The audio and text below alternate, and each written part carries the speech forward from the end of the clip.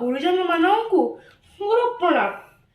ମୁସଲମାନ ମରହଟ୍ଟା ଏବଂ ଇଂରେଜ ଶାସନ ଅମଳରେ ନିର୍ଯାତିତ ଓଡ଼ିଆ ଜାତି ମୁମୂର୍ଷୁ ଅବସ୍ଥାରେ ନିଜର ଅସ୍ତିତ୍ୱ ରକ୍ଷା ପାଇଁ ସଂଗ୍ରାମରତ ଥିବାବେଳେ କେତେ ଜଣ କ୍ଷଣଜନ୍ମା ବ୍ୟକ୍ତି ବିଶେଷଙ୍କର ଆବିର୍ଭାବ ଜାତୀୟ ଜୀବନରେ ଆଶାର ସଞ୍ଚାର କରିଥିଲା।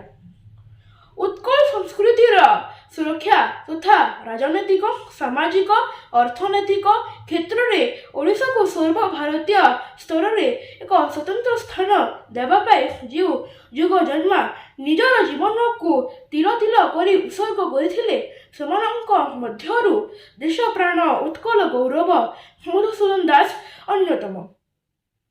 ସେ ଥିଲେ ଆମ ଓଡ଼ିଶାର ପ୍ରଥମ ଓଡ଼ିଆ ବିଏ, ପ୍ରଥମ ଓଡ଼ିଆ MA, ପ୍ରଥମ ଓଡ଼ିଆ ଓକିଲ, ପ୍ରଥମ ଓଡ଼ିଆ ବିଲାତ ଯାତ୍ରୀ, ପ୍ରଥମ ଶିକ୍ଷିତ ସ୍ୱାଧୀନତା ସଂଗ୍ରାମୀ ଯିଏକି ଓଡ଼ିଶାକୁ ପ୍ରାଣ ଦେଇ ଭଲ ପାଉଥିଲେ।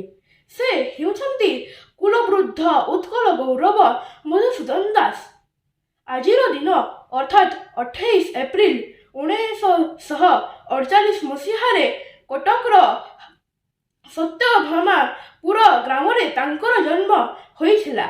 ଆଜି ତାଙ୍କର ଜନ୍ମ ଅବସରରେ ମୁଁ ଏକ କାହାଣୀ କହିବାକୁ ଯାଉଛି। ଓଡ଼ିଶାର ଏକ ପଲ୍ଲୀ ଗ୍ରାମରେ ଗୋଟିଏ ବୁଢ଼ୀଟିଏ ରହୁଥିଲା। ତାର ନିଜର ବୋଲି କେହି ନଥାନ୍ତା। ସମ୍ବଳର କୌଣସି ରାସ୍ତା ତା ପାଖକୁ ନଥାଏ।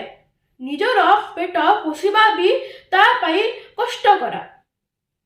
ତାର ସମ୍ପତ୍ତି କହିଲେ ଗୋଟି ଛୋଟିଆ ଚାଳ ଘର ଆଉ ତା ପାଖକୁ ଲାଗି ରହିଥିବା ଜମି ଖଣ୍ଡିଏ। କିନ୍ତୁ ଦୁଃଖର କଥା ବୁଢ଼ୀର ସେହି ଜମିକୁ ଗାଁର ଜଣେ ଲୋକ ବଳପୂର୍ବକ କବ୍ଜା କରି ନେଇଥିଲା ଆଉ ବୁଢ଼ୀକୁ ସେହି ଜାଗାରେ ପୁରେଇ ଦେଉନଥାଏ। ବୁଢ଼ୀର ଗୁହାରି ପଞ୍ଚାୟତରେ କେହି ବି ଶୁଣିଲେନି। ବୁଢ଼ୀ ଶୁଣିଲା କଟକର ହାଇକୋର୍ଟରେ ଜଣେ ବାରିଷ୍ଟର ଅଛନ୍ତି। ତାଙ୍କର ନାମ ମଧୁବାବୁ। ସେ ତାଙ୍କର ପାଖକୁ ଯିବା ପାଇଁ ଚାହିଁଲା, ହେଲେ ଭାବିଲା ମୋ ପାଖେ ତ ଏତେ ପଇସା ନାହିଁ ଯେ ମୁଁ କୋର୍ଟରେ କେସ୍ ଲଢ଼ିବି। ତଥାପି ତାର ଯେତେକ ସ୍ୱଳ୍ପ ସଞ୍ଚିତ ଟଙ୍କା ପଇସା ନେଇ ମଧୁବାବୁଙ୍କ ପାଖକୁ ଗଲା। ମଧୁବାବୁ ବୁଢ଼ୀର ଦୁଃଖ ଦେଖି ବ୍ୟତୀତ ହେଲେ, କାରଣ ସେ ଥିଲେ ଭାରି ଦୟାଳୁ। ମଧୁବାବୁ ଲୋକଙ୍କ ଆଖିରେ ଦେଖି ସତ ମିଛ ପରଖି ନେଉଥିଲେ ଆଉ ସମସ୍ତଙ୍କ ସାହାଯ୍ୟ କରୁଥିଲେ। ମଧୁବାବୁ ବୁଢ଼ୀକୁ ଏକ ଉପାୟ ବତାଇଲେ। ସେ କହିଲେ, ଆଜି ରାତିରେ ସେହି ଜାଗାର ରାସ୍ତା ପାଖକୁ ଲାଗି ଏକ ଗାଡ଼ ଖୋଲିଦେବ ଆଉ ତା ପାଖକୁ କିଛି ଲଟା ଓ ଛୋଟା ପତ୍ର ପକେଇଦେବ, ଯେମିତି ଗାଡ଼ଟି ଅଛି ବୋଲି କେହି ଜାଣିପାରିବେନି। ମୁଁ କାଲି ତମ ଗାଁକୁ ଯିବି। ମଧୁବାବୁଙ୍କ ଉପରେ ବୁଢ଼ୀର ଭାରି ଭରସା ଥାଏ। ସେ ତାଙ୍କର କହିବା ମୁତାବକ ସବୁ କାମ କରିଦେଲା। ତାପରେ ଦିନ ମଧୁବାବୁ ନିଜର ଘୋଡ଼ାରେ ବସି ସେହି ଗାଁକୁ ଗଲେ ଆଉ ଜାଣିଶୁଣି ଘୋଡ଼ା ସହ ସେହି ଗାଡ଼ରେ ପଡ଼ିଗଲେ। ମଧୁବାବୁଙ୍କୁ ଗାଡ଼ରେ ପଡ଼ିଥିବା ଦେଖି ଲୋକ ରୁଣ୍ଡ ହୋଇଗଲେ। ଲୋକେ ତାଙ୍କୁ ବହୁତ ସମ୍ମାନ ତଥା ଭୟ ମଧ୍ୟ କରୁଥିଲେ। ମଧୁବାବୁ ରାଗତମ ହେଇ ପଚାରିଲେ, ଏହି ଜାଗା କାହାର? ଏ ଗାଡ଼ କିଏ ଖୋଲିଛି? ସମସ୍ତ ତାଙ୍କର ରାଗ ଦେଖି ଡରିଗଲେ।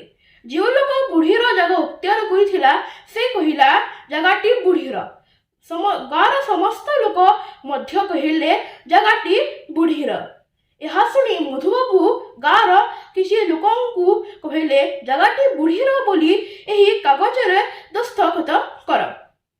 ମୁଁ ଏ ବୁଢ଼ୀର ବିରୁଦ୍ଧରେ ଦୃଢ଼ କାର୍ଯ୍ୟାନୁଷ୍ଠାନ ଗ୍ରହଣ କରିବି। ଏ କଥା ଶୁଣି ଜାଗା ଅକ୍ତିଆର କରିଥିବା ଲୋକଟି ମଧ୍ୟ କାଗଜରେ ଦସ୍ତଖତ କଲା। ଏହାପରେ ମଧୁବାବୁ ନିଜର ମିଛ ରାଗକୁ ନିୟନ୍ତ୍ରଣ କରି କାଗଜଟିକୁ ବୁଢ଼ୀକୁ ଧୋଇଦେଲେ ଆଉ କହିଲେ, ଆଜିଠାରୁ ଏହି ଜାଗା ତୁମର। ଭବିଷ୍ୟତରେ ଏହି ଜାଗାକୁ କିଏ ବି ଅକ୍ତିଆର କରିପାରିବେନି।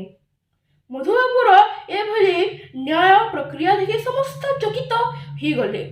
ପ୍ରକୃତିରେ ମଧୁବାବୁ ସମସ୍ତ ପାଇଁ ଚିରନମସ୍ୟ। ଧନ୍ୟବାଦ।